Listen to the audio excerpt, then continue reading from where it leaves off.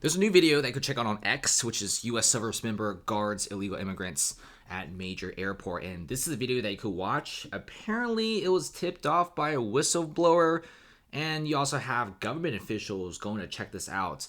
Apparently, they were chased out of this, and this is something that's pretty illegal. You know, U.S. airports, you're not allowed to turn them into just massive migrant shelters. And it seems to me that many U.S. airports are just becoming just migrant hubs, homeless shelters, etc. Like if you go to, for example, Boston right now, the Boston Logan's Airport, it's just a massive migrant hub. People just sleeping on the streets and people sleeping inside the airports. And Chicago O'Hare is even worse. The migrant population at the airport is exceeding capacity because Chicago takes in like 50,000 migrants and then be like, oops, we don't have anywhere to house them. Let's house them in schools and airports. And honestly, I don't know about you, but airports are kind of meant for traveling. And you know that a lot of people coming to the United States for vacation or business, they see this and they're like, yeah, America is kind of running itself to the ground.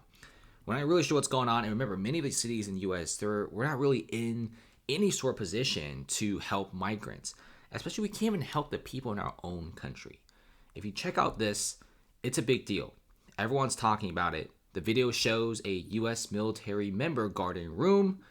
And if you look at the video, there were also whistleblowers in the video and people are talking about it. Fox News is also talking about it. Several other smaller forums and posts on Reddit are talking about it. The Daily Caller obtained this video, was recorded Tuesday by Republican State Senator Colton Moore. Moore told the Daily Caller that he was notified by a whistleblower at the airports that says that they're literally housing migrants illegally.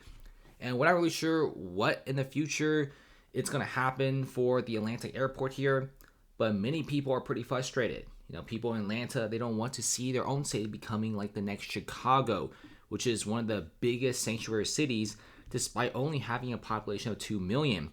The migrant situation in Chicago is getting so bad that people who waited in line for years for public housing are being turned away because migrants are taking their spot. Same thing that's happening to Denver, for example. Denver is a city of just 700,000 people. You take in almost 40 to 50,000 migrants.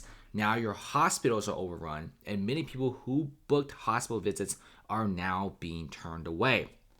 I honestly don't know what many of these cities are thinking.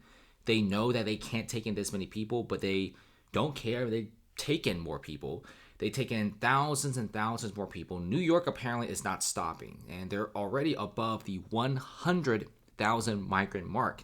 And New York is so desperate they're even hopping on a plane to ask the federal government to fund the migrant crisis due to the fact that they're paying about almost $400, more specifically $397 a person per day on the migrant crisis.